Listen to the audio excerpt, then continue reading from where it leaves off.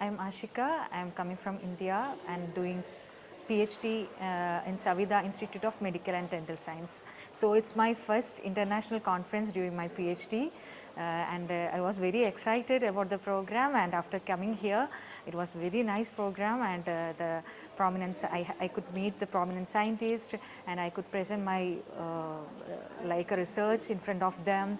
I got some comments and connection, networking, everything happened here.